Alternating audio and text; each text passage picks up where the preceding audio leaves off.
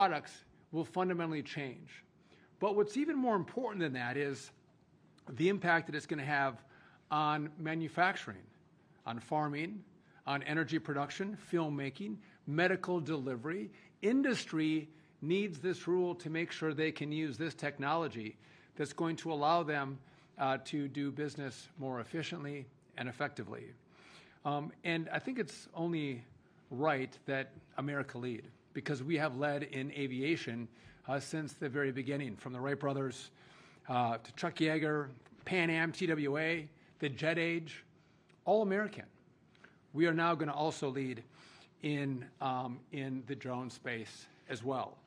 And so what we're here to announce today, and Administrator Bedford is going to go into some more details, but we are announcing a new rule to normalize beyond visual line of sight, or BVLOS as it's called. Operators in the past would have to get individual waivers to operate these drones. Very complicated.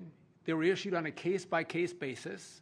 And because of that complication, I don't think we saw the innovation that we should have in America. So with this rule, we are going to eliminate that prior process, and the approval will be done in a far different way.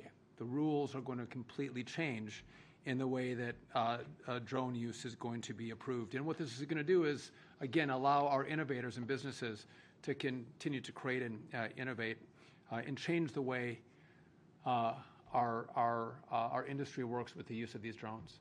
And by the way, we're talking about the commercial use of these drones.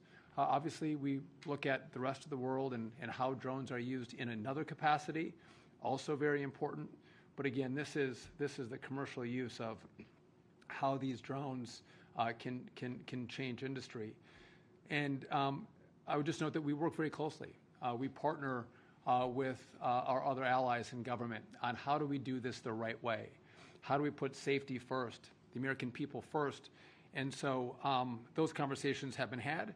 But this new rule will enhance safety by requiring safe separation from other drones and unmanned aircraft, if you're going to get a license to fly these. And it's going to require collision avoidance technology.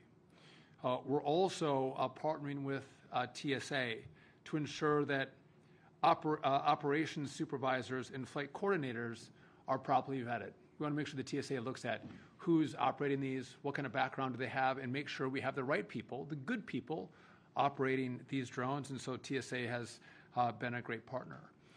We're excited about this announcement today. This has been a long time coming. This was not thought up in the last 7 months. This has been going on for well over 4 or 5 years, this conversation. Under this president, we're not afraid to move and move fast, but also move safely. And I just want to end, before I turn it over to Administrator Bedford, I'm grateful for the president's leadership. He has been remarkable in seeing spaces that government has got in the way of innovation and business, and clearing the deck to make sure that we get government out of the way. We still maintain our safety mission, but we allow the creativity of the American spirit to be unleashed. And that's what we're going to do today with the partnership of President Trump with this new rule. With that, I'm going to turn it over to Administrator Bedford. Thank you, Secretary Duffy, and also my thanks to President Trump for his leadership in this.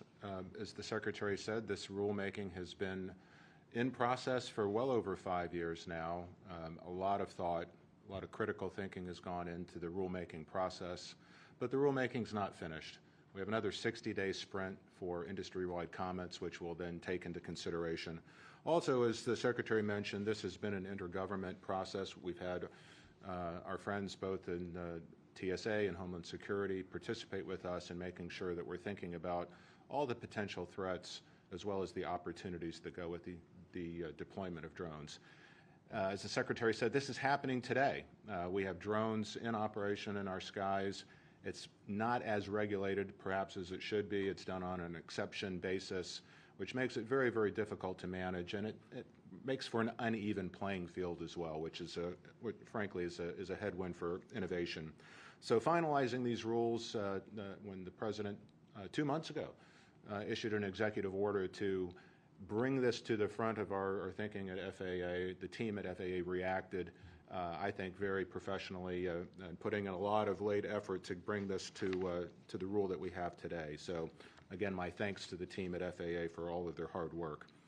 Of course, we want to make sure that drones are integrated into the NAS safely. You have a fact sheet that you can take with you that really outlines a lot of the technology that will be involved and the rulemaking that will continue to provide safe separation of manned and unmanned vehicles within the national airspace.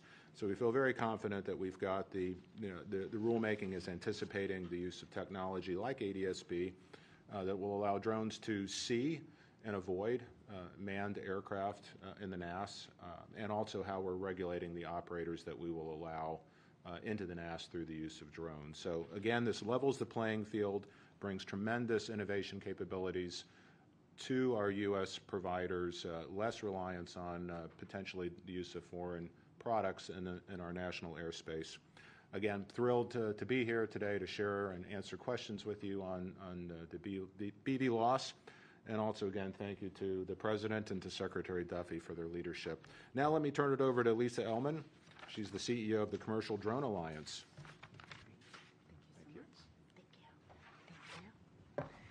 Good morning, everyone. I'm Lisa Ellman, the CEO of the Commercial Drone Alliance. We represent the leading innovators in the U.S. commercial drone marketplace. Thank you to Secretary Duffy, to Administrator Bedford, for inviting us to join you in marking this historic moment. Our industry has been waiting for this day for quite a while now, and we couldn't be more excited.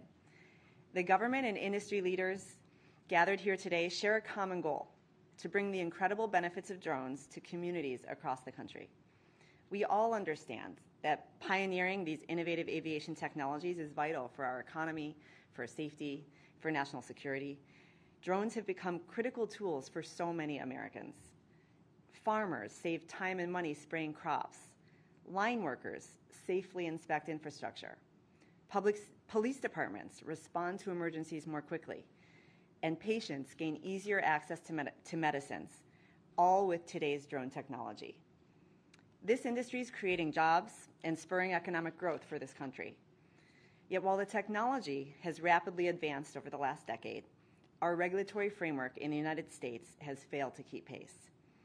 Drone operators must navigate a labyrinth of ill-suited regulations designed for crewed aircraft, placing an artificial ceiling on innovation and hampering progress.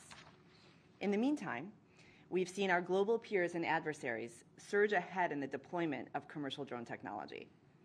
This is a threat to American security and aviation innovation, two areas where we have consistently led the world. And it underscores the urgent need for us to modernize our regulations to regain our competitive edge and safeguard our national interests. We're so grateful that the White House recognized these challenges in its recent executive orders on unleashing American drone dominance and restoring American airspace sovereignty. And today, we take the next step together in establishing American leadership in drone technology. With today's proposal, the domestic drone marketplace gains certainty about what business success will look like in this new era. Investors who sat on the sidelines can now see proof that the federal government indeed supports the use of this critical technology. And American communities nationwide can start benefiting from the next generation of aviation. The release of this proposal is a long-awaited milestone. But from the industry perspective, our collective work is just beginning. We will be working diligently over the next several weeks, the next 60 days, to provide our perspective and feedback as part of the rulemaking process. Our hope is that the final rule will accelerate the expansion of commercial and public safety drone operations throughout the United States, while enhancing the safety and transparency of the national airspace.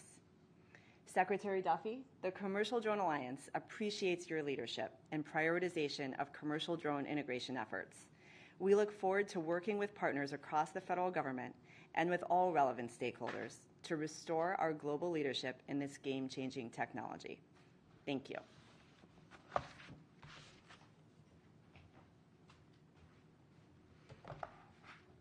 Good morning. Thank you to the Department of Transportation, FAA, TSA, and the White House for your leadership in delivering today's long-awaited draft rule and the broader effort to unleash American drone dominance. My name is Heather Lee, and on behalf of AUVSI, I want to commend Secretary Sean Duffy, FAA Administrator Brian Bedford, FAA Deputy Administrator Chris Rocheleau, and Acting TSA Administrator Ha McNeil for their decisive work to advance this process. Their focused leadership and grit has been essential in moving this rule forward. Our President and CEO, President Michael Robbins, regrettably couldn't be here today as he is currently serving our nation on Navy Reserve duty, but he joins me in applauding this major step forward for our industry and for American global leadership. This is a breathtaking moment. For too long, the United States has lacked a clear, scalable regulatory path for advanced drone operations. Today's draft rule begins to change that, showcasing the way forward to unlock the safe integration of drones into the national airspace that enhance public safety, transform commercial services, and create high-quality jobs. With this action, the U.S. is taking a meaningful step to reassert global leadership in advanced aviation.